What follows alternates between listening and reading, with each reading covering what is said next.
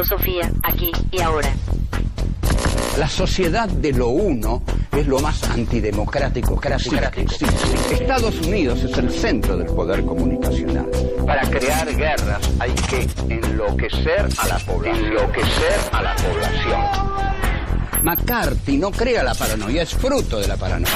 La centralidad argumental de 24 horas es una obra maestra del chantaje. Es necesario que mi mensaje sea el único que llegue a la sociedad. Para eso yo tengo que devorarme el mercado de la comunicación. Los oligopolios, a su vez, necesitan del poder comunicacional. Muchas repeticiones hacen una verdad. Crear el miedo en el seno social. No quiero ser pensado, no quiero que me piensen, no quiero ser dominado, manipulado. Quiero pensar mis propias ideas, tomar mis propias decisiones. Filosofía, aquí y ahora. Poder mediático. Los 11 principios de Joseph Goebbels. 1. Introducción a la propaganda nazi. En este encuentro vamos a estudiar una de las figuras más importantes de la propaganda. La propaganda, por supuesto, es algo que se hace para convencer al otro, abrumándolo incluso con la propaganda, de mis razones, mis motivos, y para conquistarlo. Esto va a estar muy claro porque justamente al que vamos a estudiar hoy, desde el punto de vista de la propaganda política, es al ministro de propaganda de Adolf Hitler, del Tercer Reich, Joseph Goebbels, el doctor Goebbels. El doctor Goebbels era una persona fanáticamente nacionalsocialista, era una persona muy activa, era, digamos, rengo, algo que disimulaba todo lo que podía al caminar, pero que se veía que en algún punto lo disminuía. Aunque en ningún momento se lo veía como un hombre disminuido, sino todo lo contrario, como un hombre terriblemente enérgico, con una sonrisa que no lo hacía detestable como a otros, con una gran inteligencia que aplicaba, a un régimen maligno, un régimen malvado. Es decir, es el caso típico de una gran inteligencia que se aplica al mal, es decir, a destruir a los otros. Esta es una de las mejores definiciones que yo podría dar del mal. El mal es esa actitud moral que lleva a unos hombres a destruir a los otros, a ultrajarlos, a humillarlos, a torturarlos y a matarlos en última instancia. Ese es el mal que hay en la tierra y que está en el corazón de los hombres. En Goebbels ocupaba todo su corazón, en otros ocupa una parte, o no tanto. Goebbels, como era un teórico de la propaganda, no solo era un propagandista, sino que se distinguió como un teórico de la propaganda, tanto es así que creó principios, enumeró principios metodológicos para la propaganda. Hay una frase de Goebbels que fue la que más trascendió y la que es realmente más famosa de todas las que componen el corpus de los 11 principios. Y es: muchas repeticiones hacen una verdad. Lo que significa que si sobre una comunidad se repiten muchas veces 2, 3 o 4 verdades, o una infinitamente repetida, esa repetición de una mentira, seguramente, termina siendo una verdad porque termina por taladrar la subjetividad del receptor, penetrar en ella, adueñarse de esa subjetividad, y cuando el receptor, a su vez, habla, dice esa frase tan repetida.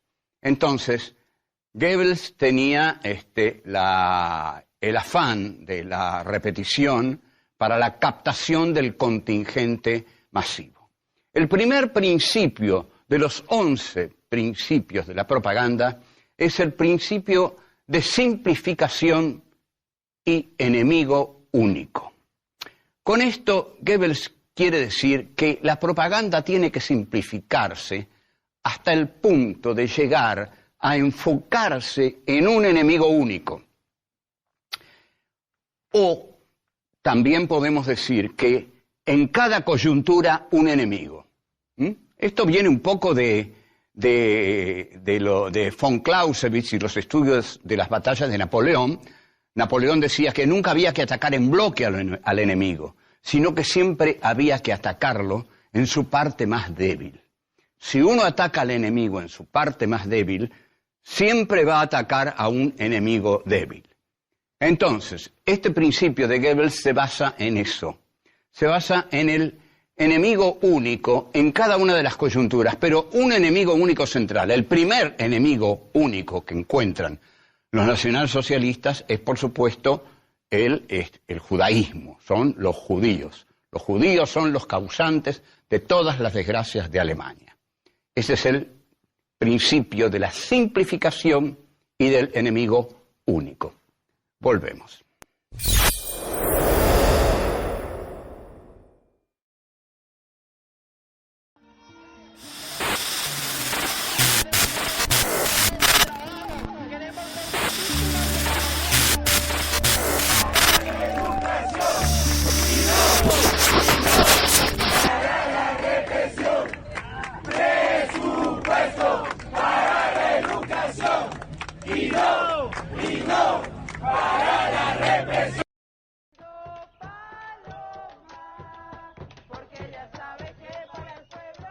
Yo crecí sí en este lugar, como con todo este territorio al lado, siendo una niña en medio de todo y en medio de la guerra, una niña afortunada de poder treparse a los árboles de guama, a comer también mango, a jugar a las escondidas con mis primos pequeños.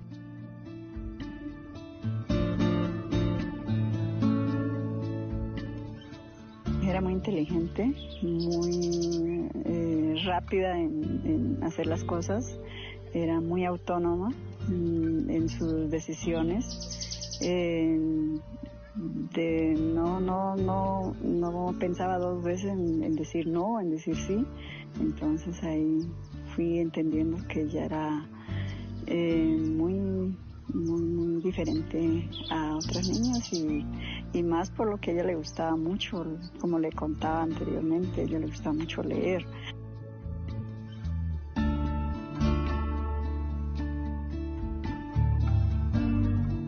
Y me imagino que la gente de tu comunidad pregunta, ¿por qué no medicina? ¿Por qué no ingeniería? ¿Por qué filosofía? Porque yo quería entender por qué y para qué estamos aquí. Pero yo creo que sí, yo en ese momento quería seguir entendiendo por qué sucedían las cosas, porque yo decía, listo, entonces existe desigualdad, que hay un sistema que nos está indicando y nos está imponiendo una realidad. Entonces yo decía, tengo que entenderlo mejor para poder de algún modo orientar a mi comunidad o aportar en algo mínimo, o yo misma intentar proponer cosas para ir transformando de a pocos esa realidad que nos ha tocado a muchos.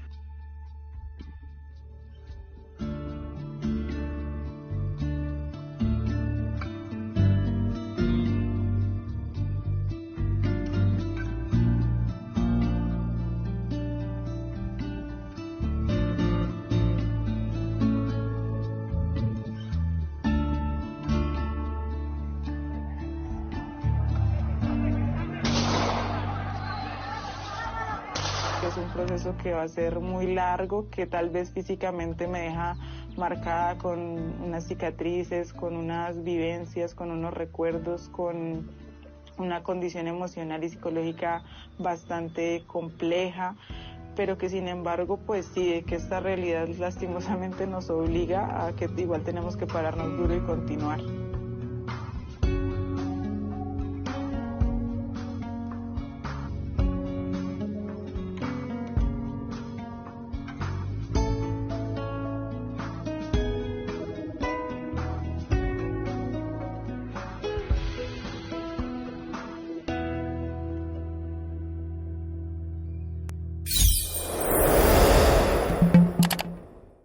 Cientos de guerreros de la Amazonía ecuatoriana se unieron a las protestas de indígenas en Quito contra las medidas económicas del gobierno, mientras en la provincia de Cotopaxi, en el centro andino del país, se mantiene la atención ante una nueva retención de policías.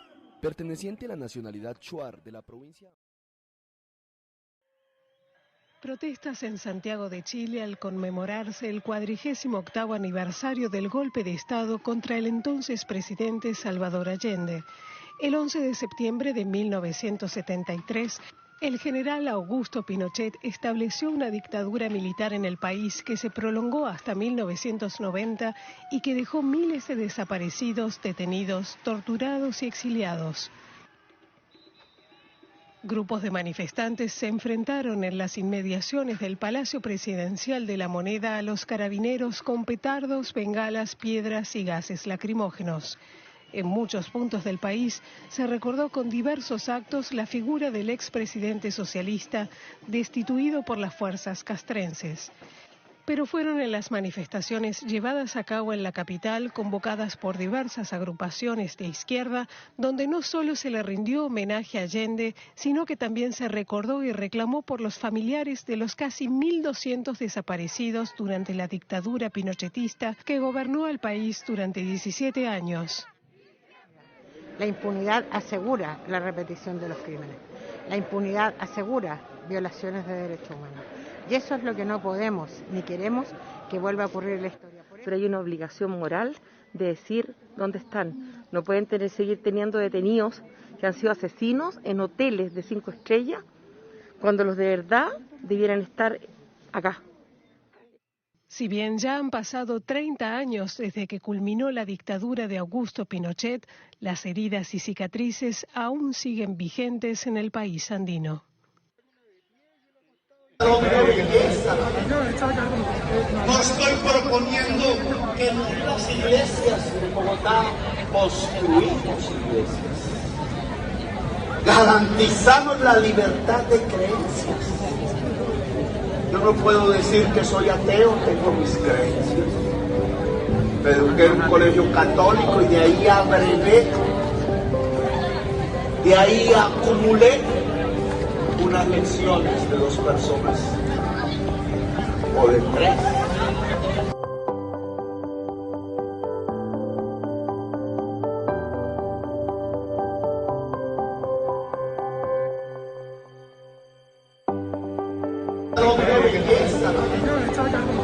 No estoy proponiendo que en las iglesias de Bogotá construimos iglesias. Garantizamos la libertad de creencias. Yo no puedo decir que soy ateo, tengo mis creencias. Me eduqué en un colegio católico y de ahí abrevé, de ahí acumulé unas lecciones de 2 personas o de 3.